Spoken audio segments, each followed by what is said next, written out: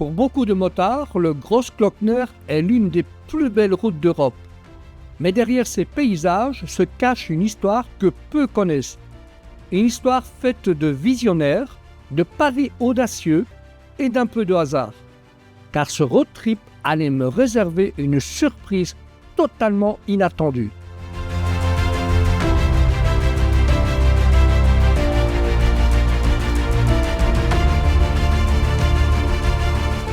Les meilleures histoires de voyage commencent parfois là où on ne les attend pas. Sur une aire d'autoroute en Allemagne, alors que je me dirige vers le Großglockner, j'engage la conversation avec un motard allemand. Sa BMW GS affiche déjà plus de 140 000 km au compteur. Ancien pompier, il vient tout juste de prendre sa retraite après 40 années de service.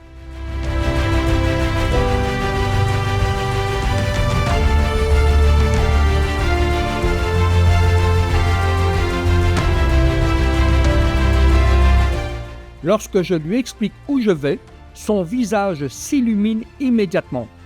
Il me parle d'un événement très particulier qui doit se dérouler le lendemain sur le Großglockner. Un événement que je ne connaissais absolument pas.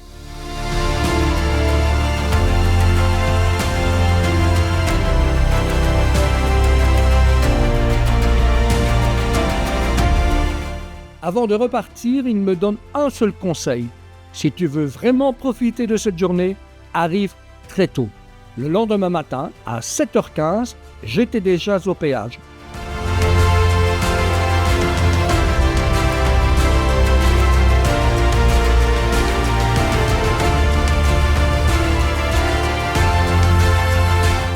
À cette heure-là, la montagne est presque silencieuse. Quelques motos, quelques cyclistes, une lumière magnifique et la sensation d'avoir la route presque pour soi.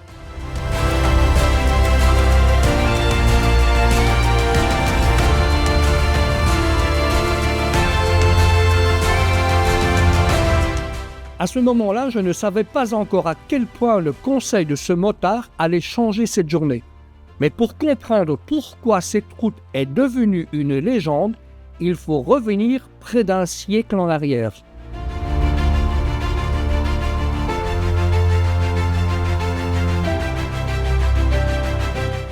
Après la crise de 1929, l'Autriche est frappée de plein fouet. Le chômage explose et le gouvernement cherche un immense chantier capable de remettre des milliers de personnes au travail. Construire une route en haute montagne paraît alors totalement irréaliste. Pourtant, c'est ce projet qui est retenu.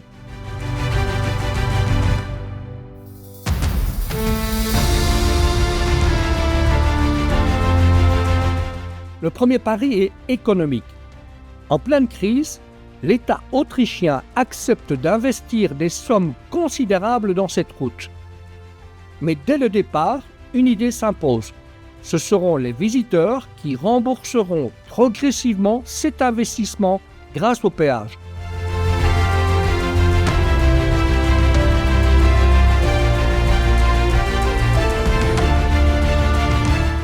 Aujourd'hui, la route est exploitée par la société Großglockner Ockenalpenstraße AG, plus connue sous le nom de GROAC. Juridiquement, il s'agit d'une société de droit privé. Pourtant, son capital est détenu à 100% par la République d'Autriche ainsi que les Länder de Salzbourg et de Carinthie.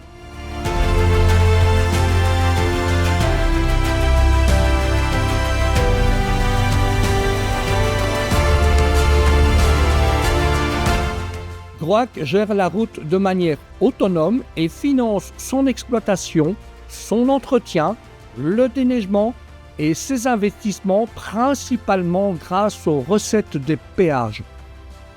Lorsque vous payez votre billet d'entrée, vous contribuez directement à préserver cette route historique. Près d'un siècle plus tard, le premier pari est toujours gagné.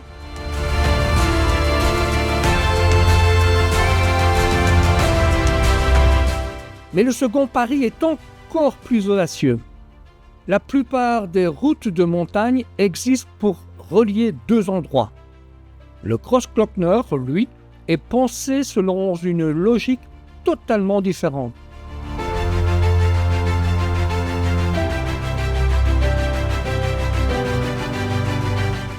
Nous sommes au début des années 1930, le monde traverse une crise économique majeure.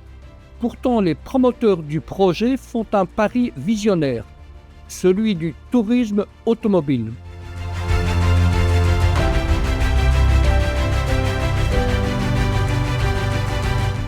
Ils sont convaincus que l'automobile va transformer notre manière de voyager et que, demain, des visiteurs seront prêts à parcourir parfois des centaines de kilomètres uniquement pour le plaisir d'emprunter cette route.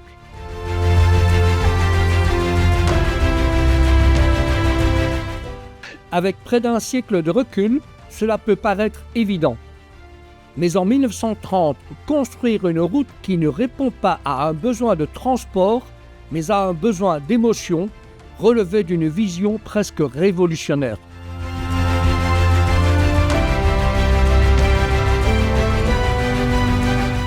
Ils ne construisent pas une route pour aller quelque part.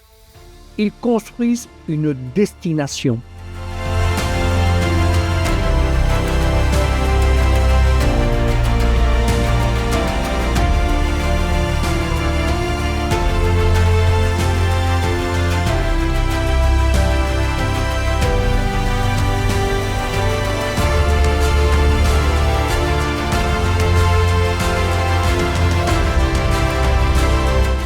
Encore fallait-il que cette destination soit exceptionnelle.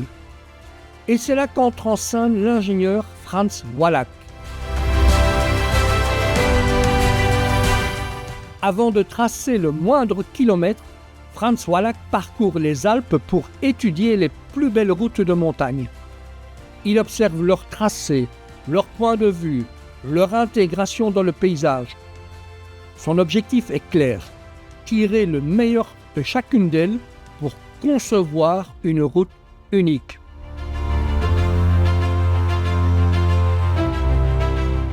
Contrairement à beaucoup d'ingénieurs de son époque, il ne cherche ni le trajet le plus court, ni le moins coûteux. Son ambition est tout autre, offrir aux voyageurs la plus belle expérience possible.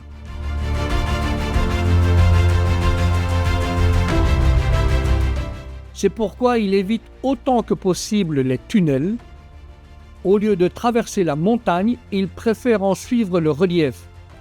Chaque virage est pensé pour révéler progressivement un nouveau panorama. Franz Wallach ne dessine pas une route pour traverser la montagne, il dessine une route pour la découvrir.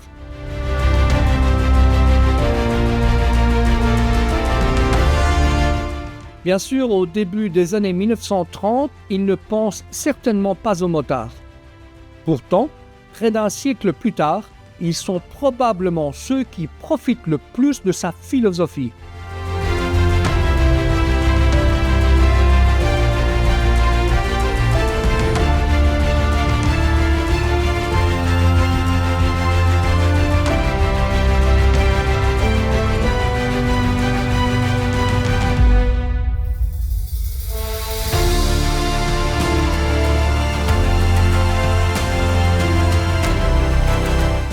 Je comprends enfin ce que voulait dire mon nouvel ami.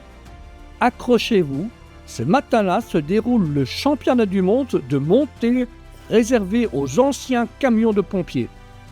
Une incroyable coïncidence que je n'aurais jamais connue sans cette rencontre sur une aire d'autoroute allemande.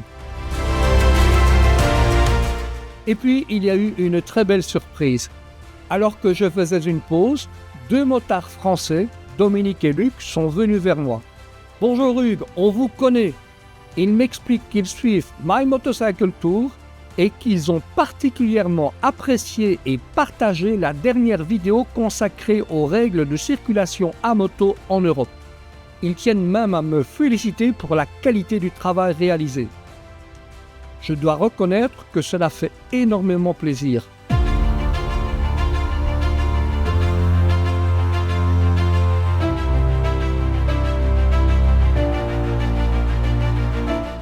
Je passe beaucoup de temps à faire des recherches, filmer et monter ces vidéos seul derrière mes écrans et rencontrer des motards à plusieurs centaines de kilomètres de chez moi qui vous disent que votre travail leur est utile, c'est une belle récompense.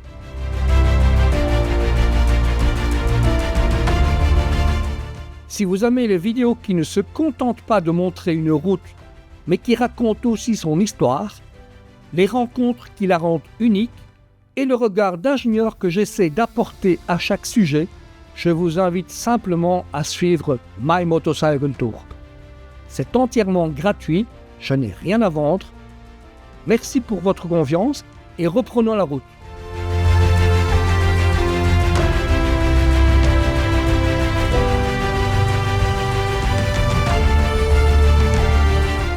Au départ, cette route devait simplement créer de l'emploi dans une Autriche frappée par la crise. Près d'un siècle plus tard, les deux paris ont été gagnés.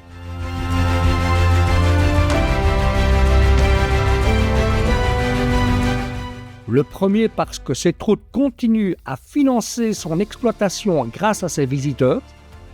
Le second parce que des centaines de milliers de personnes viennent aujourd'hui simplement pour vivre cette expérience.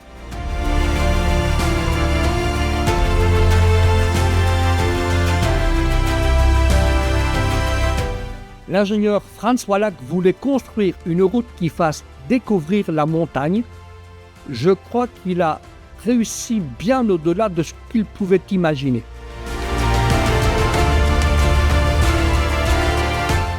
Le road trip continue, d'autres routes légendaires, d'autres histoires et sans doute d'autres belles rencontres vous attendent sur My Motorcycle Tour.